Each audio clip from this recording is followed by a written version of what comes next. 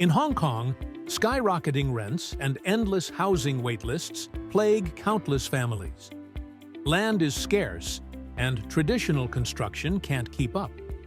Enter Modular Integrated Construction, MIC, a game changer that builds faster, smarter homes to tackle these pressing social challenges. Across the city, MIC is rewriting the rules of housing. In crowded districts, it delivers homes where space seemed impossible, easing the strain on families stuck in limbo. For the grassroots, it means shorter waits and better living conditions. Not just roofs, but dignity. Beyond homes, MIC crafts vital spaces like clinics and learning hubs, bridging gaps in healthcare and education access. Its speed slashes construction delays, bringing relief to a city that can't afford to wait. Even in tight urban corners, MIC proves that innovation can solve old problems. What does this mean for people? Let's hear from those living it. 先生，我想問下你係咪住呢度嘅居民？我想訪問你啲方唔方便？訪問咩嘢？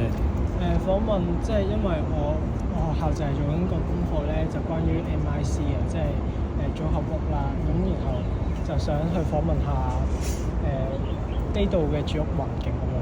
唔知你可唔可以方便抽幾分鐘時間同我做個訪問？快啲喎！好啊好啊，趕住翻屋企喎！好，唔好意思。張先生，我想問下頭頭入去住嘅時候，第一印象你覺得如何？非常好喎，我覺得唔錯。政府呢個做得幾好。咁你覺得對比以前住嗰度咧嘅環境有冇好咗？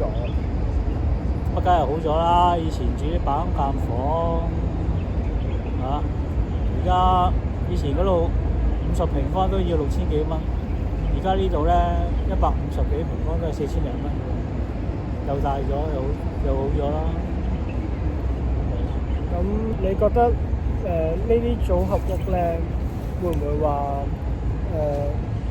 好簡陋啊，住落去唔舒服咁樣？都唔會啊 ，OK 嘅，唔錯都。即係比起以前係有好咗嘅。好咗好多，好咗好多。咁另外想問下就係會唔會擔心有安全嘅隱患，即係會覺得唔係咁安全嘅，即係冇乜保安咁樣。保安非常好喎，好過私樓喎，真係啊！咁你認為呢種房屋啊，對解決香港嘅房屋問題咧，有冇啲咩實質性嘅幫助？實質性問題多唔多少都有啲幫助嘅，不過真係少啊！香港太細啦，地方唔夠。咁你最後一條問題啦，就想問下隔音同埋採光方面咧，你覺得如何？隔音就麻麻地㗎啦，似咗組合屋。採光就 OK 嘅都。咁你見農場道咁樣有啲車啊，你平時屋企瞓覺嘅時候，你會唔會覺得好嘈啊咁樣？都唔會嘈，都唔會嘈 ，OK 嘅。